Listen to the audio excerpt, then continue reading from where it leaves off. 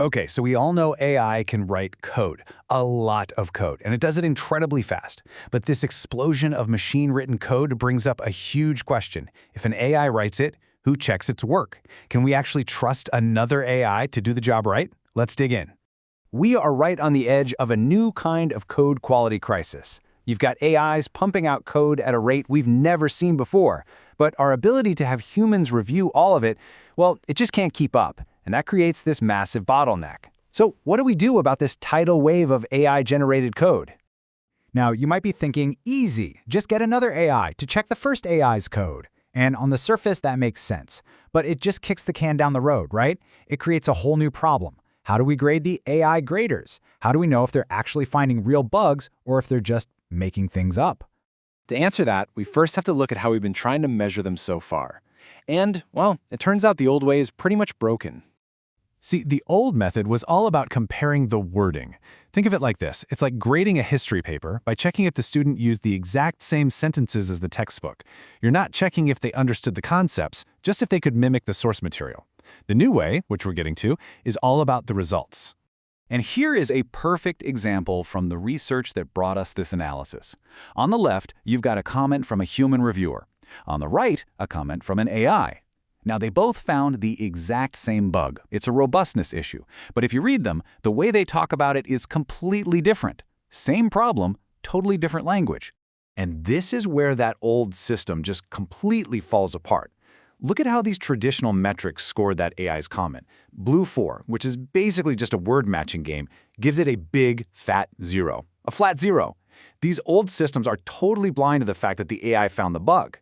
But then you look at the new method, the CCRA test, and it correctly gives it a pass. So, this brings us to the hero of the story, a much smarter, much more effective way to evaluate AI code reviewers. It's a new benchmark developed by researchers, and it's called CIT-CARB. CRAB stands for Code Review Agent Benchmark, and its core idea is as simple as it is brilliant. It doesn't get bogged down in what the AI says. It only cares about one thing. Does the AI's comment actually lead to a real working fix? It's all about results, not rhetoric. So how does it actually work? Well, it's this really clever four-step process. First, it captures a human's insight and turns it into an automated test that the buggy code is guaranteed to fail. Second, it gives that same broken code to an AI reviewer. Third, and this is the cool part, a different AI agent tries to fix the code using only the first AI's review comment as its guide. And finally, the moment of truth. Does the newly fixed code pass that original test? If the answer is yes, then the AI reviewer did its job. This whole pipeline is laid out here. You can see how it all flows together. You start with that human review, you turn it into a concrete test, and then that test becomes the unbreakable measuring stick you use to grade the AI reviewer. It's a totally self-contained, objective system. All right, so the researchers took this new CARAB benchmark and put today's top AI models to the test. So how did they do? Well, the results might not be what you expect. Here it is, the headline number, 41.5%. That's it. You take 4 of the best AI tools out there, combined all of their findings, and together they were only able to identify and lead to a successful fix for less than half of the issues that human reviewers originally caught. And this Venn diagram really tells the story behind that number. Each color is a different AI. The first thing you notice is how tiny those overlapping sections are. They're rarely finding the same problems. But the most telling part is that huge space outside all the circles. That represents all the bugs that humans found, but that every single AI completely missed. Now, it's really easy to look at a number like 41.5% and just conclude, wow, AI is terrible at code review. But that's not really the story here. The real insight is much more nuanced and, honestly, way more interesting. And this brings us to the most important discovery from this whole study. It turns out this isn't a simple case of who's better. The truth is, AI and humans are playing on different fields.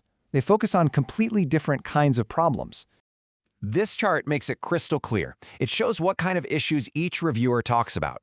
Look at the AI agents. They are hyper-focused on robustness, things like potential crashes or weird edge cases. Now compare that to the human reviewers, who spend a lot more of their time on maintainability and design. You know, the big picture stuff that requires real context about the project. And the data on what AIs are actually good at getting fixed confirms this exact pattern. The pass rates show that AIs are most successful when they're pointing out those black and white correctness and robustness bugs. But they really struggle when it comes to those more abstract, context-heavy issues, like overall design, documentation, and the long-term health of the codebase. So what does all of this mean for the future of writing software? Well, it's not about replacing humans with AI. It's about building a better team, a human-AI team. So here are the big takeaways. AI reviewers and humans aren't competitors. They have complementary skills. The AIs are like incredibly sharp-eyed specialists, amazing at spotting those isolated, context-free bugs. Humans, on the other hand, are the architects, focused on high-level design and long-term maintainability. And the missing ingredient to make AI even better, it's giving them more of that repository-specific context, like project style guides and documentation. The researchers themselves summed it up perfectly in their paper. Automated review tools should be viewed as complements to human reviewers rather than replacements. That really is the bottom line. Which brings us to our final thought. For so long, we've been asking the wrong question. It's not who's better at code review, humans or AI. The much more powerful and much more useful question we should be asking is this: how do we combine their unique strengths to build the absolute best review team possible?